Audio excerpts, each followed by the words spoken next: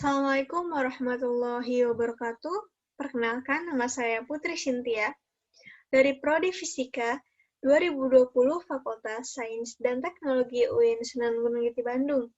Di sini saya akan menjelaskan tentang huruf pada kompas untuk lingkaran besar yang ditulis oleh Ibnu Al-Haytham pada Risalah Fi Barkar al-Dawair al-Izam.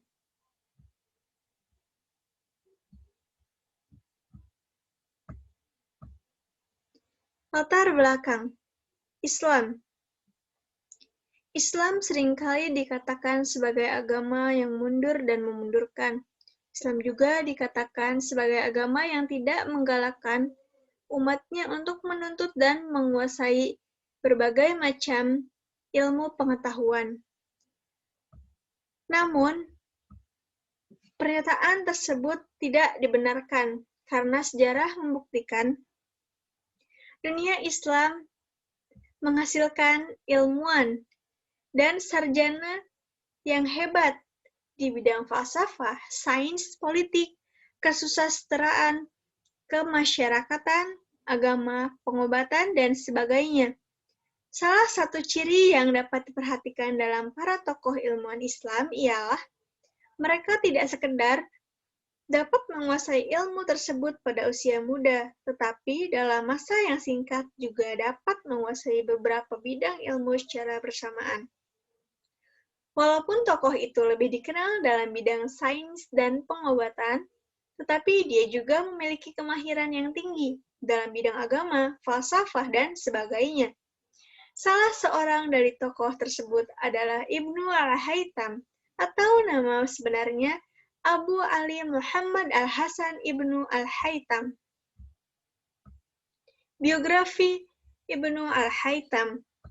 Ibnu Al-Haytham lahir di Basrah pada tahun 354 Hijriah atau 965 Masehi.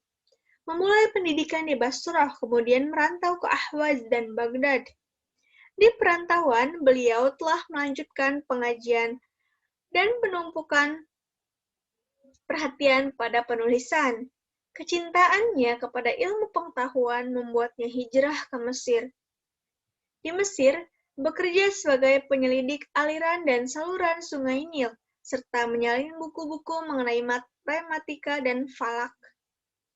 Tujuannya adalah untuk mendapatkan uang cadangan dalam menempuh perjalanan menuju Universitas Al-Azhar. Kontribusi Ibnu Al-Haytham. Sumbangan Ibnu Al-Haytham kepada ilmu sains dan filsafat sangat banyak. Terdapat 127 karya tulis Ibnu Al-Haytham dalam berbagai bidang.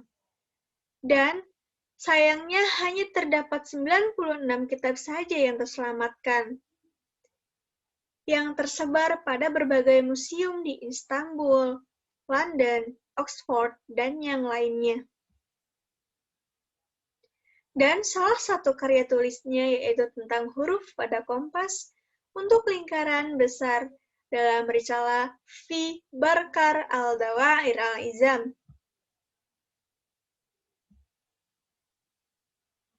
Analisis kitab. Pada gambar pertama, yaitu ada dua buah lingkaran sejajar dengan pusat persekutuan V yang masing-masing memiliki diameter, potongan antara kedua lingkaran dipindahkan. Kemudian ujung-ujungnya bergerak ke kedua pinggiran yang ditulis pada gambar sebagai GZ. Berfungsi jika diperpanjang dalam lingkaran B, kita menggambar satu dan memperpanjangnya dalam garis lurus ke K, maka K adalah diameter, di mana titik A terletak. Dapat kita lihat pada gambar kedua. Garis GE lebih besar dari ZK, dan GZ sama dengan EB. Jadi EB lebih besar daripada ZK.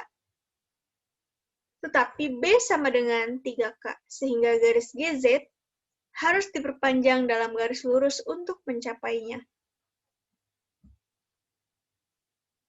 Gambar ketiga, setiap titik K pada garis EK Menggambarkan lingkaran, di mana pada bidang lingkaran suatu tegak lurus, KM,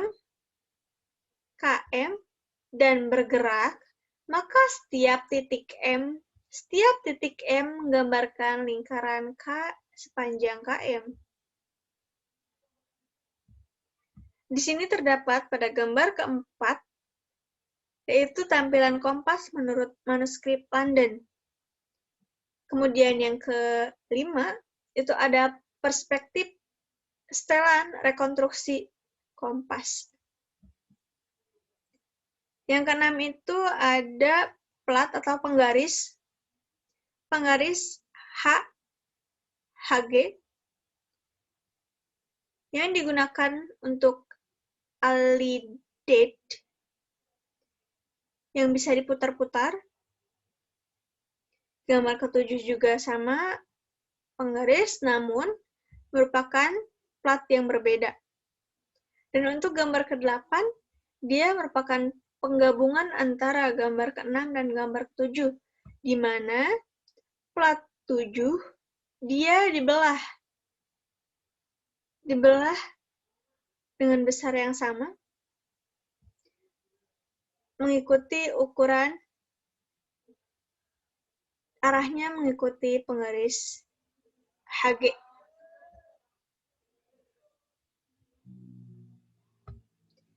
Untuk gambar ke-9, ada 3 titik pada lingkaran yang digunakan gambar 8 menjadi AB, menjadi garis AB. Dengan meletakkan penggaris A dan B, dan alidate hampir di tengah antara titik samping.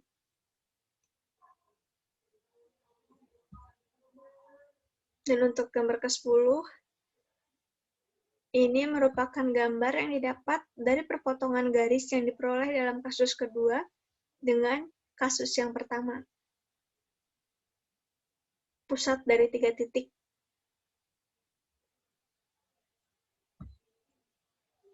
Kalau ini ya, garis tegak lurus terhadap horizontal dengan memasang pin. Pinnya itu dia ada di bagian B. Pinnya masuk pada ke poros C.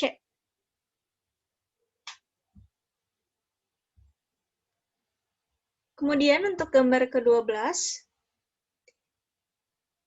ini merupakan plat pertamanya itu dia diberi engsel, plat alas, dan untuk plat yang di atas dia juga diberi engsel, sehingga dinamis.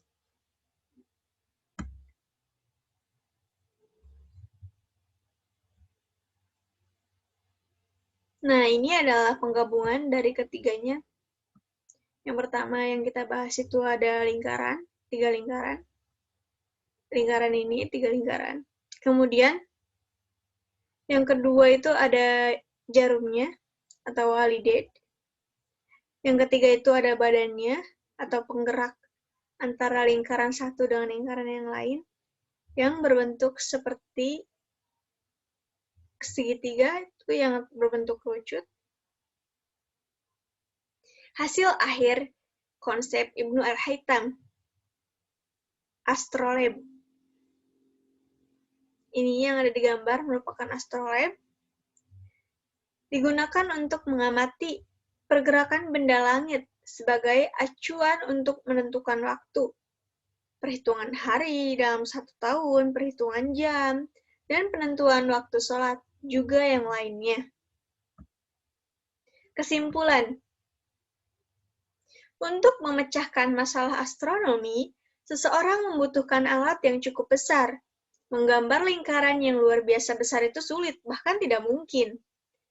Karena jarak antara pusat dan pinggiran harus tetap dan tidak dapat berubah.